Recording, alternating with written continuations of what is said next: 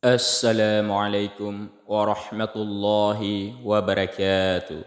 Imam Hasan al-Basri adalah seorang ulama tasawuf yang sangat zuhud dari kalangan tabi'in yang lahir pada tahun 21 Hijriah, 2 hari sebelum terbunuhnya Khalifah Umar bin Khattab dan meninggal tahun 110 Hijriah. Ia lahir, tumbuh dan tinggal di kota Basrah sehingga dinisbahkan menjadi namanya Al-Basri. Tidak kurang dari 370 orang sahabat, 70 orang diantaranya adalah Ahlul Badar, yang menjadi guru dan rujukan Hasan Al-Basri dalam menuntut ilmu. Termasuk diantaranya adalah Ali bin Abi Thalib, yang digelari Nabi SAW sebagai pintunya ilmu. Namun kisah tobatnya Hasan Al-Basri termasuk unik dan memilukan. Sebelumnya, Hasan adalah seorang pemuda tampan yang hidup berkelimpahan harta. Ia selalu memakai pakaian yang indah-indah dan suka berkeliling kota untuk bersenang-senang. Suatu ketika, ia melihat seorang wanita yang sangat cantik dan tubuh sangat memikat. Hasan berjalan di belakangnya dan mengikuti langkahnya kemanapun ia pergi. Tiba-tiba wanita itu berpaling kepada Hasan dan berkata, "Tidakkah engkau malu?" Hasan berkata, "Malu kepada siapa?" Wanita itu menjawab, "Malu kepada Zat yang Maha mengetahui apa yang ada di balik pandangan matamu dan apa yang tersimpan di dalam dadamu." Hasan sempat tertegun dengan perkataan wanita itu yang rasanya menghujam jauh ke dalam hatinya. Sempat terjadi pergolakan, tetapi kecantikan dan pesona wanita itu seolah membotok sukmanya, terutama dua matanya yang jeli memikat. Ia benar-benar jatuh hati dan tidak mampu rasanya untuk berpaling. Karena itu ia terus mengikutinya. Ketika tiba di depan rumahnya, lagi-lagi wanita itu berpaling dan berkata, "Mengapa engkau mengikuti hingga ke sini?"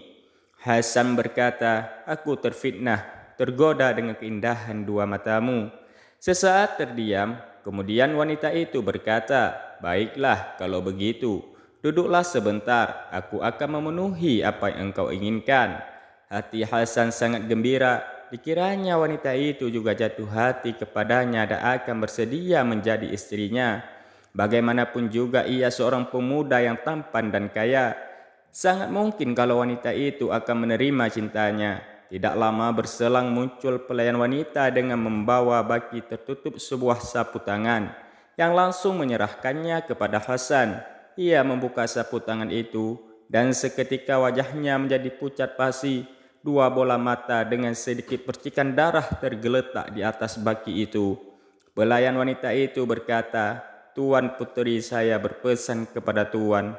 Aku tidak menginginkan mata yang menyebabkan fitnah bagi orang lain." Tubuh Hasan bergetar hebat penuh ketakutan dan ia segera berlari pulang. Tubuhnya lunglai seolah tidak memiliki tulang belulang. Sambil memegang jenggotnya, ia berkata kepada dirinya sendiri, "Oh, alangkah hinanya engkau, percuma saja engkau berjenggot, tetapi engkau jauh lebih hina daripada wanita itu." Semalaman itu Hasan hanya menangis penuh penyesalan dan bertobat kepada Allah. Pagi harinya ia mendatangi rumah wanita itu untuk meminta maaf dan kehalalan dari dirinya. Tetapi rumah wanita itu dalam keadaan tertutup dan terdengar tangisan dari dalamnya. Setelah seorang tetangganya memberitahukan kalau wanita pemilik rumah itu telah meninggal, Hasan makin tenggelam dalam kesedihan dan penyesalan. 3 hari lamanya ia tidak keluar rumah. Waktunya hanya berisi tangis penyesalan atas apa yang telah dilakukannya dan bertobat kepada Allah. Pada hari ketiga, ia bermimpi melihat wanita itu sedang duduk di surga. Hasan menghampirinya dan berkata, "Berilah aku maaf dan kehalalan atas apa yang aku lakukan." Wanita itu berkata, "Aku telah memaafkan dan menghalalkanmu karena aku telah memperoleh kebaikan yang banyak dari Allah dengan sebab dirimu." Hasan berkata lagi, "Berilah aku nasihat." Wanita itu berkata, "Ketika engkau dalam kesendirian atau kesunyian, berzikirlah kepada Allah Ta'ala. Ketika engkau berada di pagi dan sore hari, beristighfarlah dan bertobatlah kepada Allah." Setelah terbangun dari mimpinya itu, Hati Hasan menjadi lebih lega. Ia merubah total pola hidupnya selama ini. Semua harta yang dimilikinya disedekahkan di jalan Allah. Ia hidup dalam keadaan zuhud dan selalu dalam ketaatan. Memperdalam ilmu dari para sahabat Nabi sallallahu alaihi wasallam yang memang banyak yang tinggal di kota Basrah.